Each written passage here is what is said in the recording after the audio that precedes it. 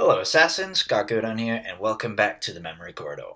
Joining me today for episode 26 is community member and fellow AC podcaster Visions of the Past. Together, we are going to be doing a retrospective look at the Assassin's Creed movie from 2016, as well as dig deeper into our hopes and expectations for the announced Assassin's Creed Netflix series.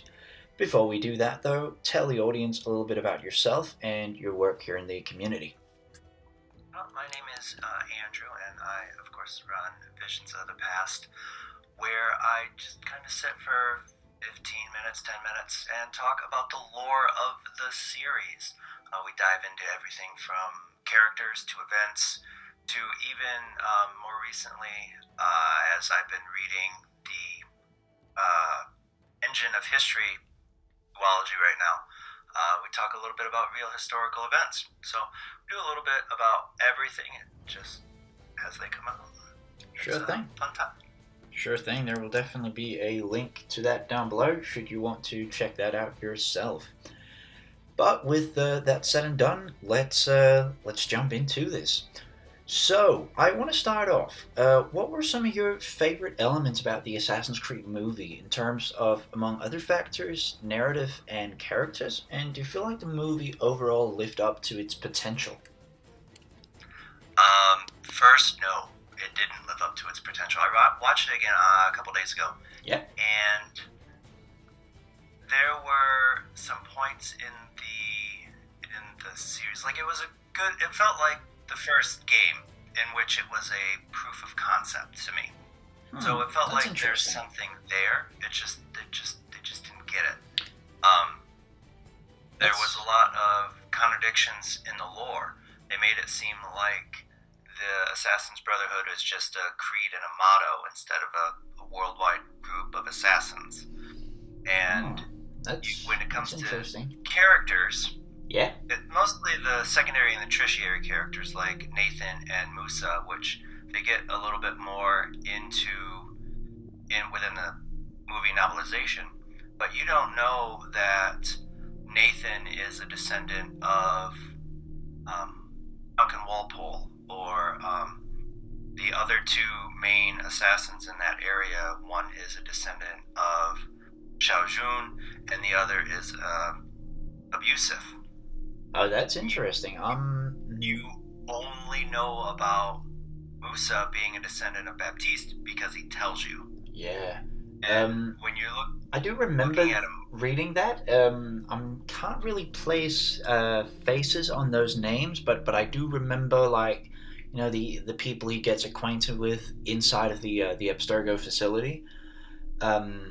It sounds like, yeah, that there were a lot of great ideas that ultimately never really reached the spotlight the way it should.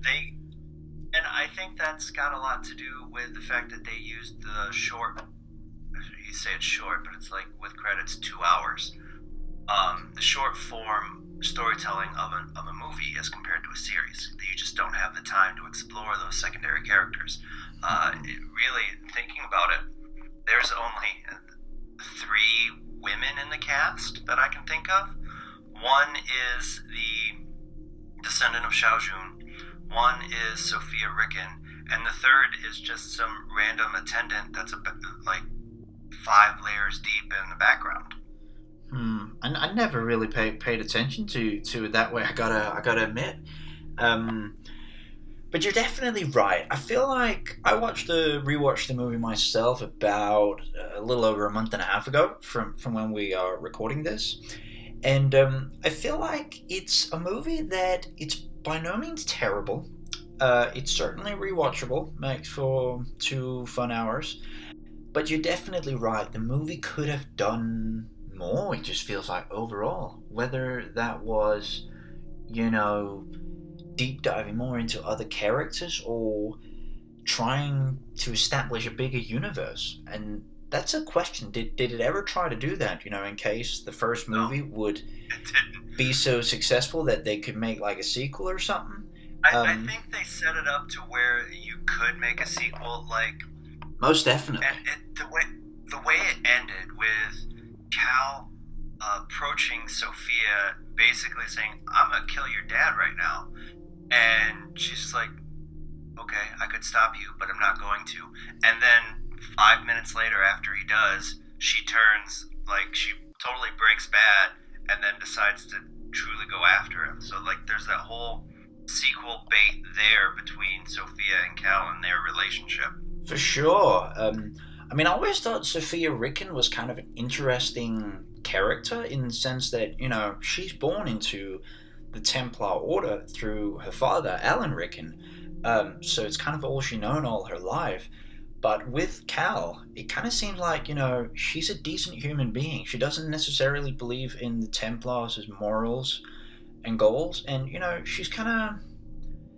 I don't know if I want to say she's kind of like Elise in a way, but she respects Cal. And throughout the movie, she is kind of like she's really just helping Cal rather than helping the assassins. And then for her suddenly to, is it suddenly that she just has a grudge against Cal now, or like she's a full-on Templar? It seems like she turns from about deciding that she's going to get even with Cal for killing her dad, even though she could have stopped him. Like, she could have tried. Yeah, it's because she even comes out and says, "I could scream right now, and you can't get anywhere." That's right. In terms of the trying to set up a universe, it's very apparent that a sequel never happened and likely never will, due to it. It didn't necessarily flop, the film, but it was on the cusp. Well, it wasn't received critically and box office wise. I believe its Rotten Tomato score is like 39%, and the audience rating there isn't very high either. Like, they're both in the green rotten area. They're not. It's not good. I mean, one thing I will say the film did quite well compared to other video game movie adaptations was that it didn't try to adapt any source material, but it was rather just inspired by it, and then it built upon that, which I will say for one worked. They threw in a lot of Easter eggs that you could see. Sure. Like, you could see the Animus 2.0, and but they never really tied into what we knew. So they made it sound. One of the things that kind of bugged me a little bit is Alan Rickman is the CEO of Abstergo. He is mentioned very profusely in Assassin's Creed in 2012 in the emails with Warren Vidic, and he knows about other assassins.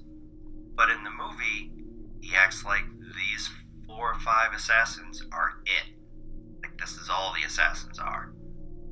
Maybe. And it's got that real disconnect, for me anyway, on what the series is. Like, it's supposed to be a part of this overall universe, but it's like William Miles doesn't exist, Gavin Banks doesn't exist, all of our favorites just, they don't exist. Maybe. And I don't know if that's them trying to keep the movies separate, or if they just kind of said, we're going to do our own thing and try not to step on your toes.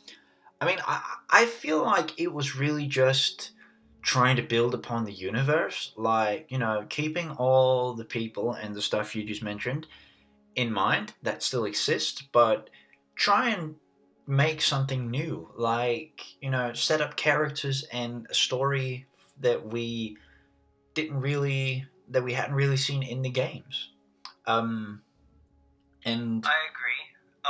I do think, though, that this movie originally came out in 2016, and they mention very specifically that it's set in 2016. They could have mentioned the events of Syndicate. They could have. Modern day attack underneath Buckingham.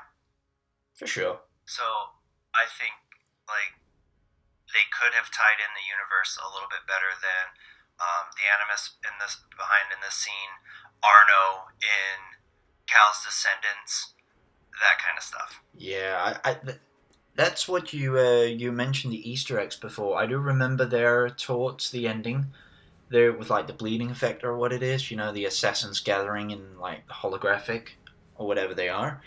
Yep. There you see some familiar faces. You see Arno, if I'm not mistaken, and think you also see like Yusuf Tassim, Arno's the one that really sticks out. I don't of remember course. seeing Yusuf. I did like specifically in that scene where they show like what robes would look like throughout the history in different places. I did like that idea because that was For one of sure. my favorite things about the game series is you get the take on the classic Altair assassin tropes in different time periods, like Rautika Hayton with the American Revolution, how his robes look so different, but they're so classically assassin. Of course, absolutely. Um, but no, you're definitely right. Overall, it felt like the film it had an idea of where it wanted to go, what it wanted to do, and what it wanted to try and set up. But it just all did all of that in a way that felt underachieving, I suppose. And I think that comes from the same mistake that a lot of people claim Assassin's Creed, the older games, do. They spend too much time in the modern day and not enough time in the past. Because Hmm. I think that's really where the movie shines, is in the Spanish Inquisition. Yeah, maybe. I mean, if anything, I think something like focusing more on the modern day actually suits a format like the film quite well. It was definitely a new type of modern day, like a more deep dive into what goes on behind the scenes at Abstergo. You know, we get sequences with only Abstergo people, which which wasn't really something we'd seen in the games before. Which is something I just think works better on film too, compared to like a cutscene. Oh, then I think that's fair. The problem I had with the modern day is I had a hard time connecting with Cal. Yeah. Like, as soon as he's like, we don't get any time to really get to know who he is before he's thrown into that animus, and immediately after getting thrown into that animus, he starts having issues with the bleeding effect, and that just kind of makes him think he's crazy, and it makes us think he's crazy. I mean, he gets dragged into the animus yelling, "I'm crazy, I'm crazy," and that just makes you look at it and go, "What is Hmm. going on?" I think that was at a time when he was still like kind of, what in the world just happened? They pronounced me dead, and I'm in this what facility now? Being dragged into this what secret war? Um, Yeah, I just don't think he had enough time to breathe as a character hmm. to really feel for him or feel for his plight. That's interesting. I never really thought of it like that. But you're right. Like the film did work at points, but at others it fell flat. And you mentioned the Spanish Inquisition. Those sequences were gorgeous. Like everything about them were gorgeous, from the from the costume design to the looks to the fight choreographing. Everything about The those way sequences was great. the way that they set up the sequences and the fact that they had it all the dialogue was in Spanish. Yeah, For that that felt really was authentic. yes. I had two. I think I had two issues with the historic sequences. One, there was a couple instances, specifically with the eagle flying, where Yeah. I'm just like, this doesn't look great today when it Hmm. comes to a CGI aspect. I mean, maybe. I mean, I would say it could be questioned whether some CGI actually looks worse than it did a decade ago. That's fair. There are some places, especially now that a lot of CGI houses are slammed, and that's like they, Yeah. they're so many months behind. Look at, I know this is a little bit off topic, but look at how many times Avatar 2, 3, 4, 5 have been pushed back. That's got a lot to do with CGI houses being so Yeah. slammed. And I mean, you could take that CGI and go, oh, that's got a lot to do with the fact that we're looking at a simulation within the Animus and it's having a hard time rendering. So maybe it was an artistic choice.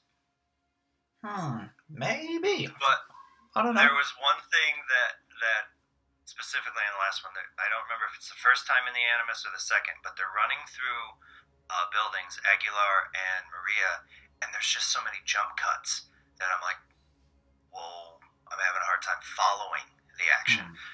And Yeah, it was maybe. beautiful to watch them running through and doing all the parkour, but there's jump cuts from this angle and then that angle, and then let's pull back and show Cal in the Animus, and I'm just like, this is too much. You need to pull it back, let it breathe.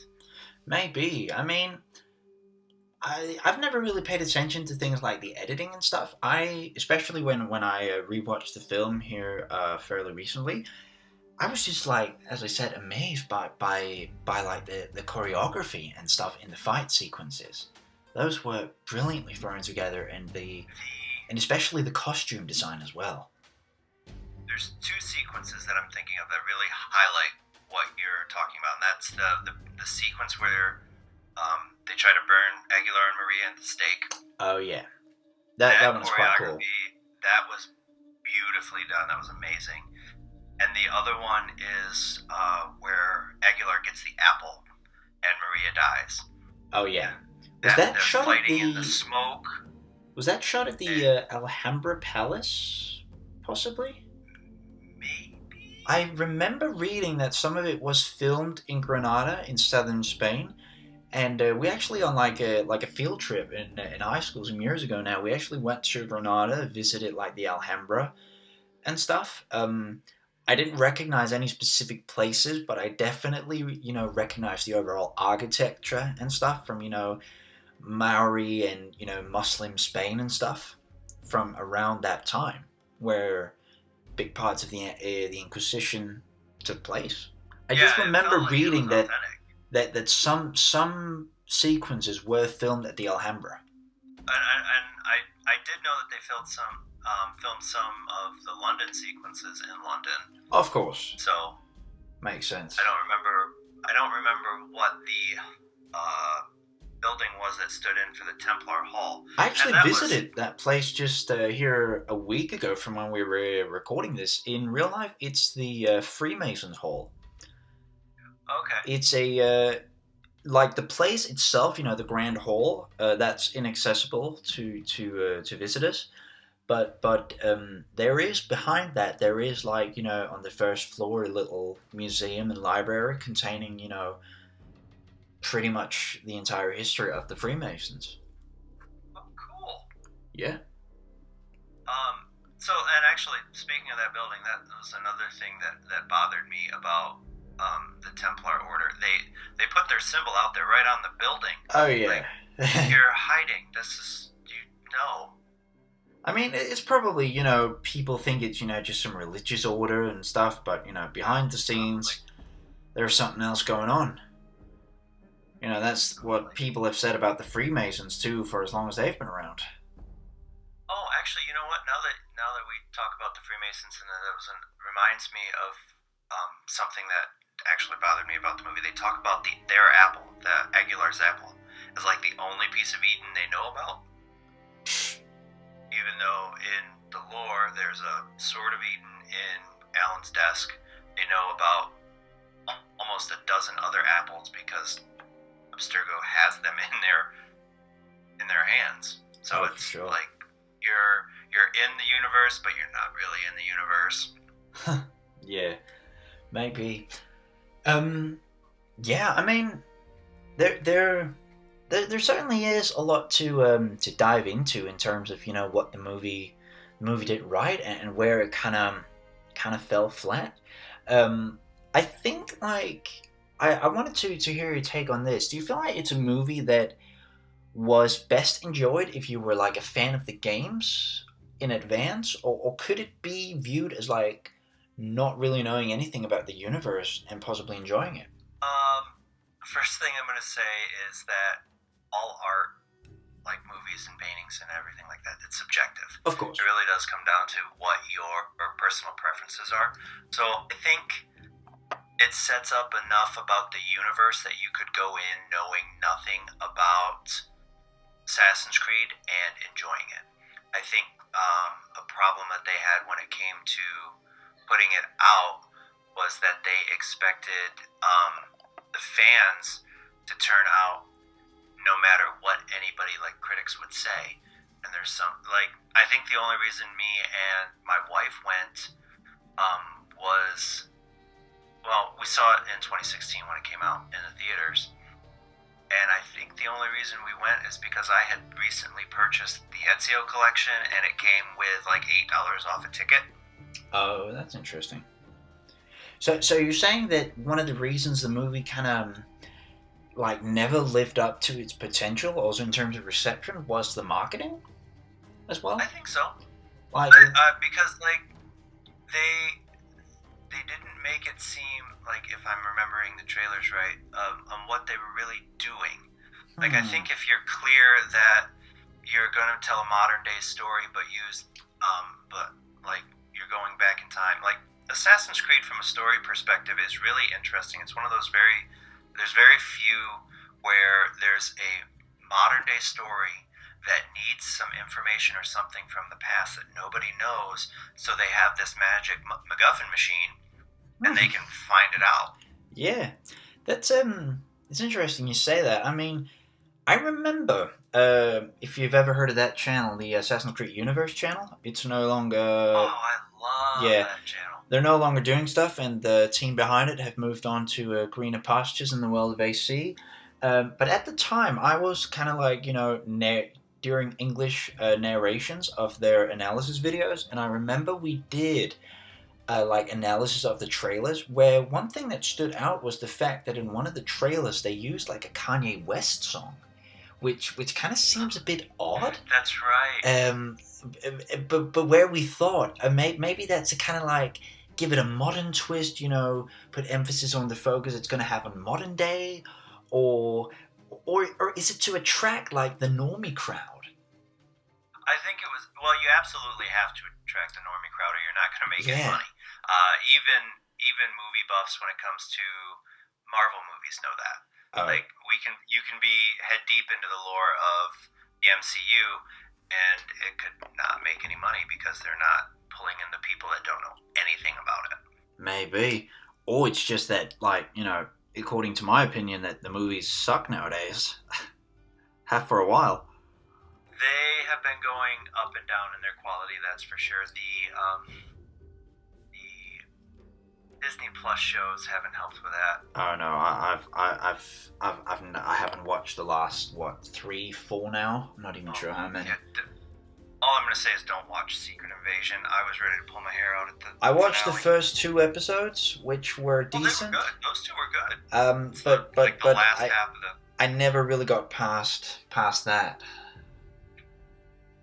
I'm not gonna lie. I also don't think that the Disney Plus shows help. That they're like half an hour. Maybe. And like when the story needs to be told over a longer period of time. Maybe.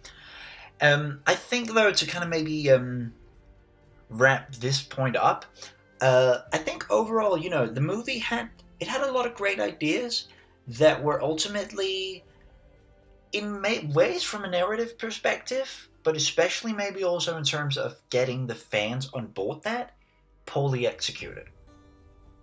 I can agree with that. I think Yeah, there was one thing, like Cal was like, he acted like he didn't know what an assassin was. He just thought his dad killed his mom. maybe. I And mean, then when they pull him in and you see all this stuff with the bleeding effect and things that go on with Aguilar in his mind, and then that very last scene where he sees what happens between his mom and his dad, and like it clicks in his head when Maria says for the creed and kills her, basically uses the guy to kill herself to save the apple.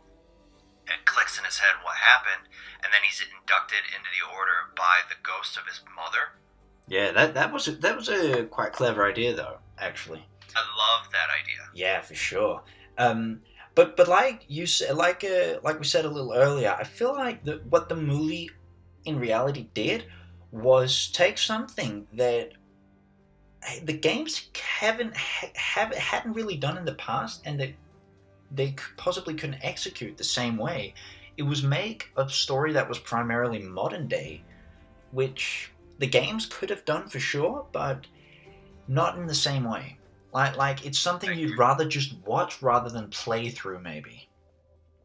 Yeah, and I believe it's one of the reasons why I like the modern day and the comics is because when you take something back and you bring like Assassin's Creed into modern day, even you kind of run into this a little bit with Syndicate. But But if you bring it forward too far and then you turn it into like either full stealth or like Call of Duty, because either because with the modern weapons you die when you get shot. Maybe. And like Yeah. you'd have so many running around with weapons. Like the modern day segments in 3 kind of pull me out a little bit, because there's moments where Desmond's got a full semi-auto pistol and it acts like a single shot, like Connor's. Yeah. So I'm just like, that kind of pulls you out. But a full game like that and you build around it, I don't think could work for what we definitely not expect out of a Assassin's Creed. So that is one thing that you could give the movie, is that it executed a story in a way that the games would never really have been able to. And for what it did it decently, but in a way that was like not terrible by any means, but nothing too memorable either. I think that's like my consensus about the film, is that it's by no means terrible, but it's nothing too memorable either. Yeah, I would agree with you. It's one of those movies that I go, it's all right. I probably won't watch it again, but it's all right. But I mean, it also had, for what it did, also just whether it was received or not, it achieved a lot just from a filmmaking stance, like we said, the costume design, the soundtrack side of it, the choreography, and it had a stellar cast too. Oh yeah, they did. And the fact that Michael Fassbender is probably one of my favorite actors. So the fact that they did that leap of faith in real life, that his stunt double went up 125 feet and jumped into an airbag. Oh yeah, I remember that now. What? That's right. And that whole sequence coming down, of course, is CGI, but that was crazy. The fact that he really did that was like, whoa. That was wild. I remember that now that you say it. And I think they made a big deal of it in the special features of the Blu-ray. I never got that. I just have seen it when it's on streaming. So You're right. Yeah. Yeah. Anyway, I feel like we can always come back to this if there's anything that that comes to mind.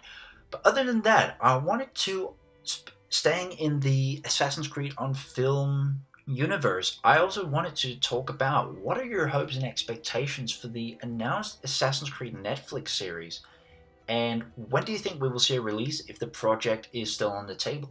It's hard to say what you expect. Modern day storytelling, especially out of Netflix, you expect it to be like 10 one-hour episodes or something similar. The problem is that question that you asked, is it still on the table? Because right now in the US we have the writer and actor strikes going on. For sure. Hollywood slowly falling apart. That essentially means nobody's writing on it, nobody's acting in it, they can't do it. And depending on how long this goes out, this strike drags out, will they still keep this production? Another thing I would say, just kind of that raises doubt about whether this project is still on the table, is when was it was announced now? Was it 3-4 years ago? I'm not sure. It was a while ago. Well, actually, the very first thing that I'm thinking of was the 2017 when they announced the anime by Audie Shankar. Yeah? That's the first thing that I can think of, and that's apparently, I think, still in production. But, let's see, live action, when did they... I think it was 2020. That sounds right. I think for purposes right now, though, it was just a while ago. And it's something that... I mean, the big thing that I remember is the AC-15 stream where they mentioned it, that it was still in the... Sure. Play. It's just something that has kind of just been a title now, something that's kind of been passed around. Like, we haven't really heard anything about it. And is that because it's such a grand project that they're really just building upon and making sure it's as great as it can be before they announce anything? Because I definitely think it has the potential to be one of the most ambitious and coolest AC projects to date. and I think this comes partially with the Ubisoft's issue of announcing or leaking their projects too early. Like, let's just take the AC-15 stream of what was actually announced. Mirage, Red, Hexe. And since then, we've seen each project get pushed back. Sure. Because I think Mirage was expected early this 4 or 5 year. months ago. Yeah, and now it's pushed back to October. And Reds doesn't have a solid date, but we thought it was going to be 2023, 2024, now maybe even 2025. I'm not sure what. Not going to speculate, but then that means Hexe is back at least another year, maybe 2, depending on like the DLC route for Red. And then you're talking, there's the rumors of Invictus and like 11 total projects. So yeah, it's like that's another thing. Yeah, like why would they like announce this live action project while before even seeing it through, announce, as you say, like 10 plus different projects. And like, don't get me wrong, I'm excited to see what happens with the VR project. I think it's due out this year. But I mean, there's so much going on. How can we push into the Netflix one without like really knowing anything? Yeah, that's interesting. I mean, you may be right that the current crap fest in Hollywood might play a role in when the project will go live. Now they could do something like House of the Dragon is doing. That's all. At least my understanding is that they can still film and work on it because that's European and British unions instead of the American unions. Oh yeah. Sure. So they could do Why not? something like that. Ubisoft is a European company. Yeah. Change up so they production. Could do something like that, but the problem, especially from the American side of the union issues, is got to do a lot with Netflix, not with like residual payments and AI payments, and how all that's going to work. So like maybe not. I'm not going to speculate. I'm not a union lawyer. Sure. I mean, then when I think of it, like, in terms of just Netflix holding the reins on this project, the movie was made under Fox, or what is today called just 20th Century Studios. Come on, we all still all call it Fox. So that makes me think, why did they want to get in business with Netflix? Well, and this comes with the rights to the movie. So before the show was announced, and Fox did it, and I was thinking, okay, so maybe they could do a sequel, this, that, what's going to happen? And then Disney bought Fox. That's right. I was just about to say that. So what happens with the rights? Is this why we don't have certain likenesses in the games? Like, so the Ancient Trilogy talks about Sophia Ricken. We have emails with Layla talking, like she says, oh, I was a friend of Sophia. She brought me into the Animus Project and into Abstergo. But we don't talk about anybody else. We just see Sophia. Yeah. And they did mention Alan's death. But which proves that the events of the movie were, they are canonical. Yeah. Still. Yeah. So it's like, okay, so what's going on with the rights? Are we going to get more movies? Are we going to see Michael Fassbender? Are we going to see, I'm drawing a blank on her name, Maria. Yeah. Backer? No. I'm not sure. Oh man, I feel bad. I feel like how can I forget the name of the actress who also plays Talia al Ghul in The Dark Knight Rises? Marion Cotillard. Thank you. Yeah. But so like, how does their likeness rights work? Is that why we haven't seen these characters back in comic? The whole thing with rights and what studio holds this and that is a whole different thing. Also, as you mentioned, speaking of Marvel characters back in the day, Fox held the right to the X-Men, and now Disney have green light to use those, and that's a whole different talk. All because they bought Fox. Yeah. It's like, so if you think about rights with Spider-Man, they were sold to Sony, and now the only reason we have Spider-Man in the Avenger movies is because they have a special working relationship, a special contract.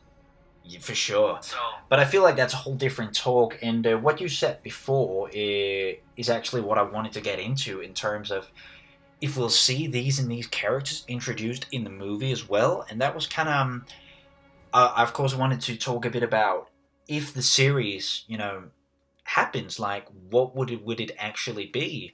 Because I can't have been the only one who's considered like, could it be a continuation of what was set up in the movie?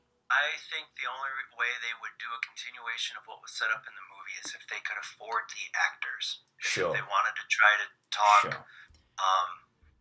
Goltiard and Fassbender into a TV series. Sure. I mean, from what I think, no, Michael Fassbender has kind of been taking a break from acting recent years. He's been doing like his own things and stuff. He's kind of gone off the radar a little, but he is definitely, if it comes to it, an expensive man. Um, and whoever it is holds the reins. Like, yeah, can they afford these people?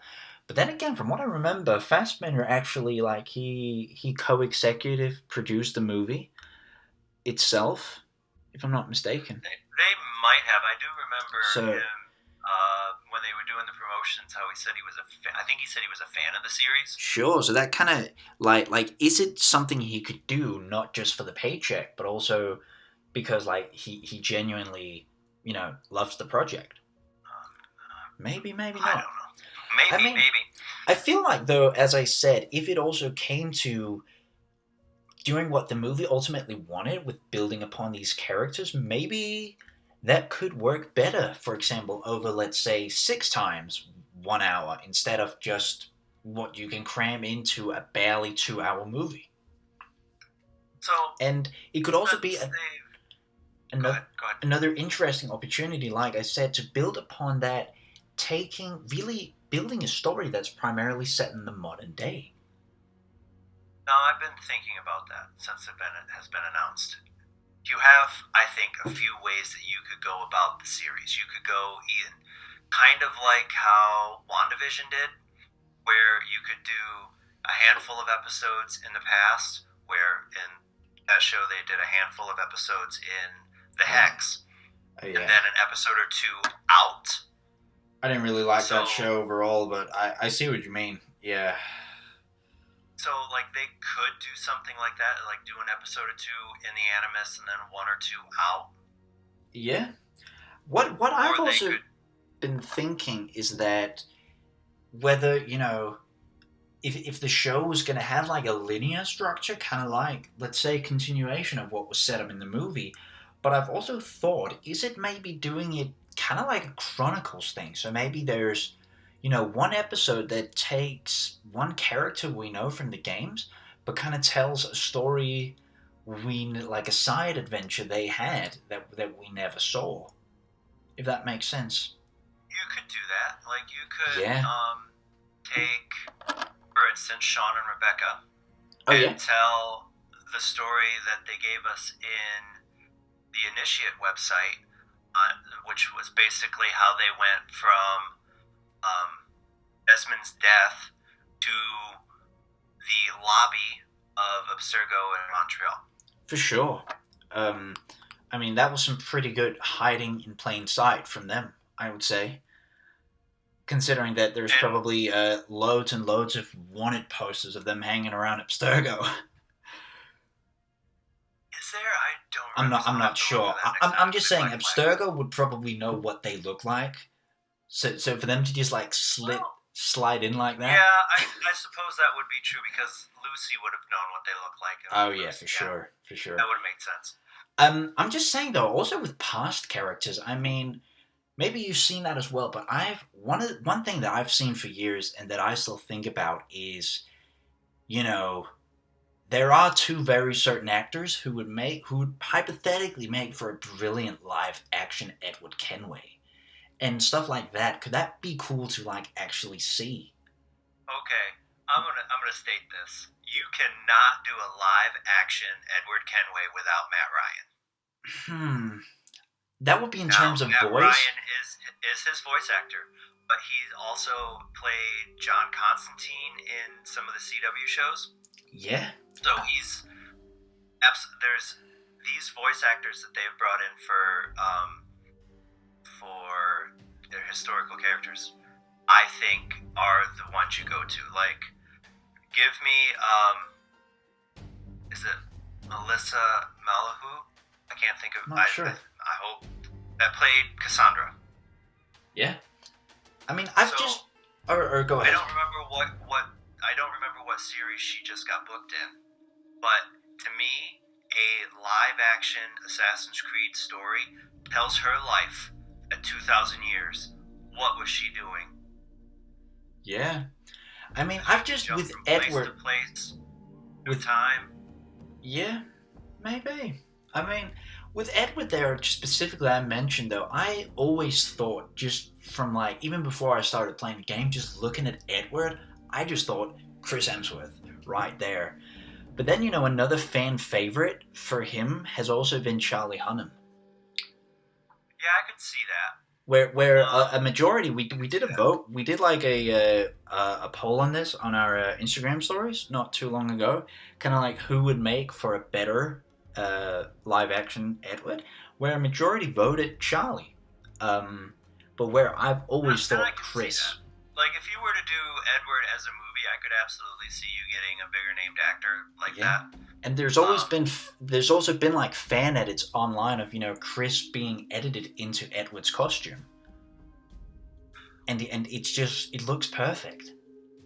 Yeah, I could actually see him playing. I think he would do, especially with some of the stuff that he was doing as Thor. Yeah, I could see that. I don't know how you would tell that story when we've seen so much of Edward's life. Sure. I mean, that's also where I say where a sort of Chronicles thing could work better. Like, it wouldn't focus on telling anything we've seen before, but rather something like in between, the Black Flag sequences, or before the game, or after the game, or something. The premise that you're giving is a lot like the Assassin's Creed, I think it's called Reflections. Yeah, so it rings a bell. That comic had Otso Berg reliving specific moments in, at that point, the four main assassins' lives: Altair, Ezio, Ratiga-Hayton, and Edward. Sure. Yeah, I suppose that's so. Where we meet Ratiga-Hayton's family, his daughter. That's where we meet. We see Edward on it's just one single ship, and we see Ezio do some training after Revelations. And I don't remember the Altair story. No, the Altair story was when he was hunting Genghis Khan. Sure.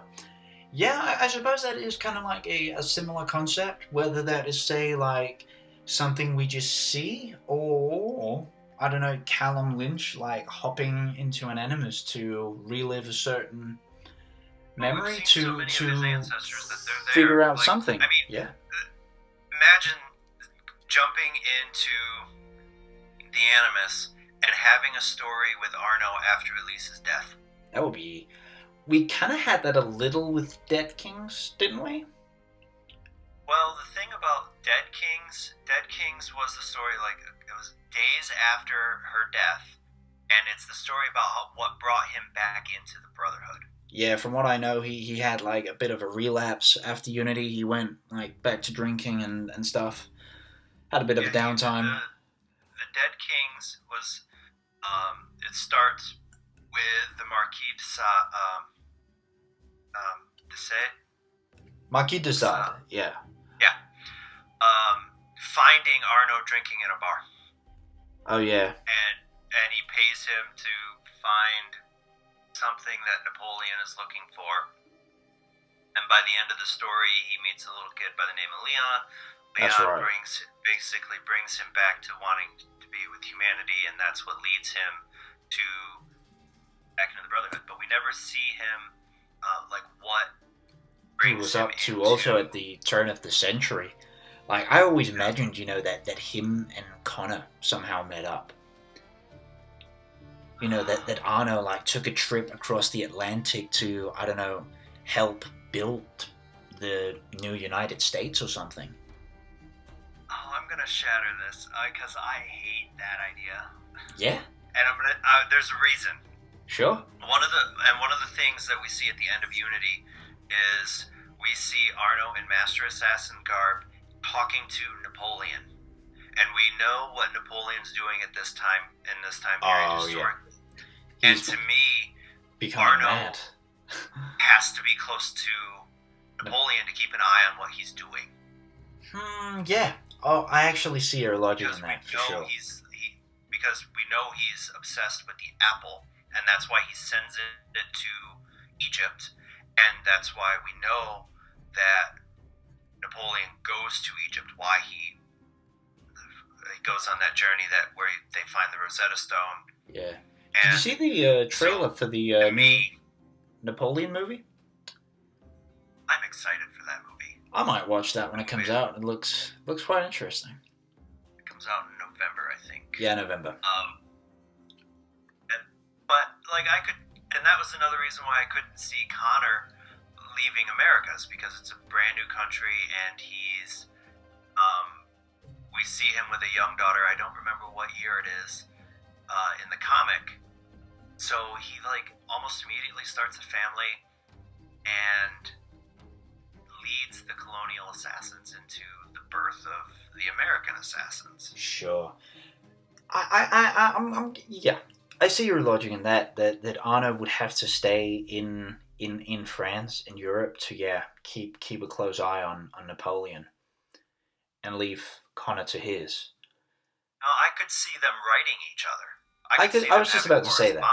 Yeah, and then maybe whenever Napoleon fell, I think it was the 1810s. When both were, older men. Maybe they met up then.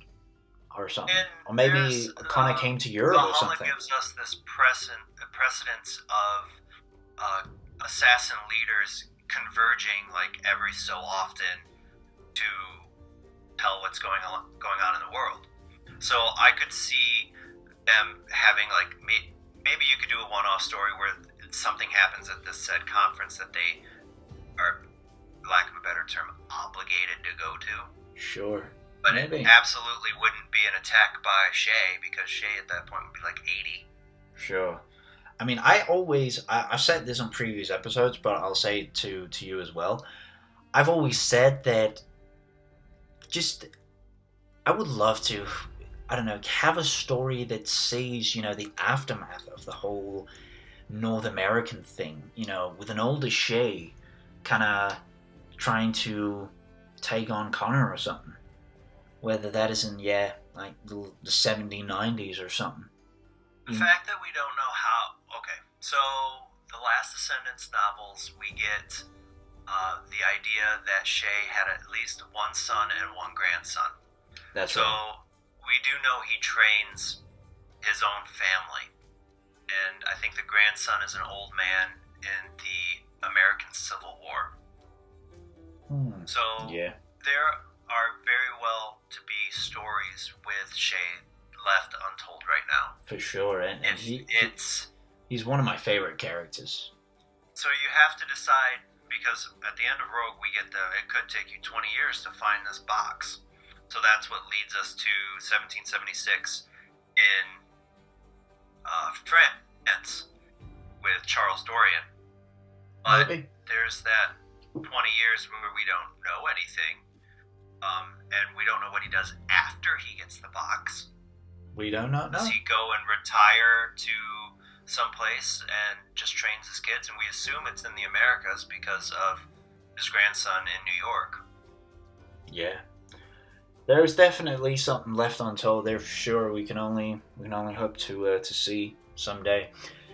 But just back to what we were covering there. Is there anything we've missed, or is there anything we've missed, or should we slowly wrap it?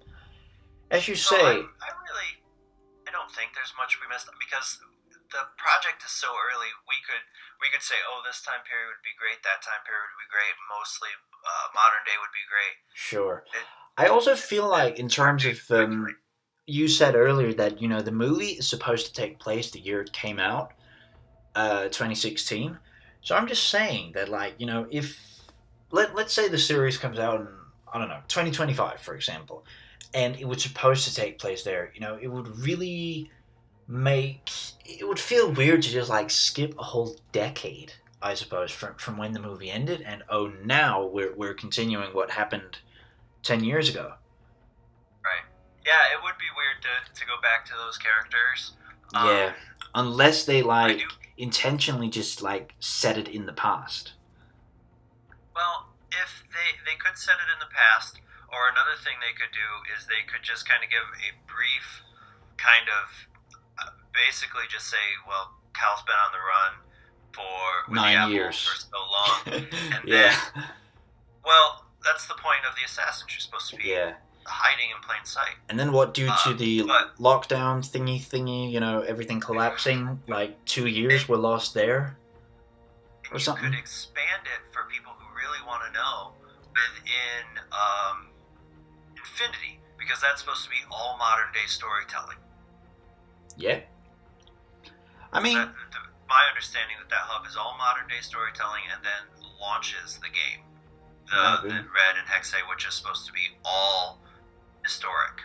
Sure.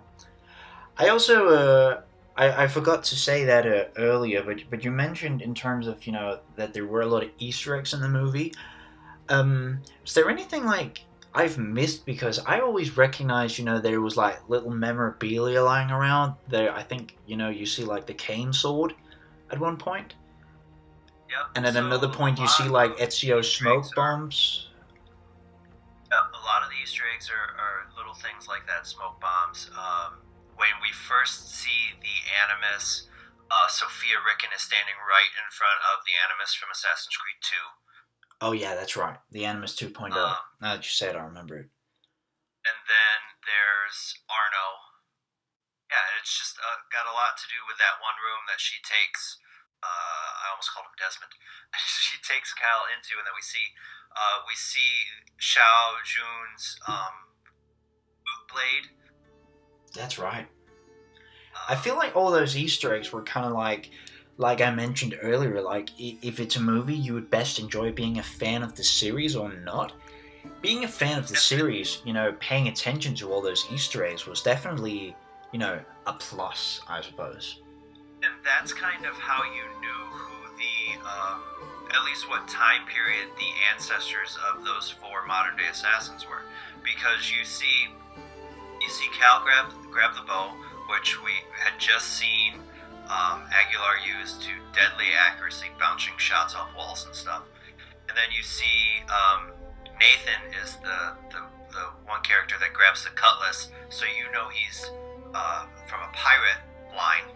Yeah, it's in the blood. And then you see all of it. You see, I don't know the name of the character, but the Xiao Jun descendant, she grabs the boot blade, and that's the one that really stuck out. And Musa grabs like the kind of like the, for lack of a better term, bear claws that tied him to Baptiste. Yeah, it's all in the blood. Knowing how to use those weapons, I suppose. Yep. All right. I feel like there's something we've missed, but there's a lot of other good stuff we've covered. So if that's it, then I just want to thank you all for listening to this episode, and I hope you enjoyed it. Stay up to date on everything happening here on the site and more things AC, such as the Visions of the Past podcast, or my recently released original Assassin's Creed inspired instrumental project, Sounds of History. Links to everybody's social media pages are down below. Once again, thanks for listening. We hope to see all of you for the next episodes, and stay safe until those come out, and keep the community awesome. And of course, thanks to my guest for joining me.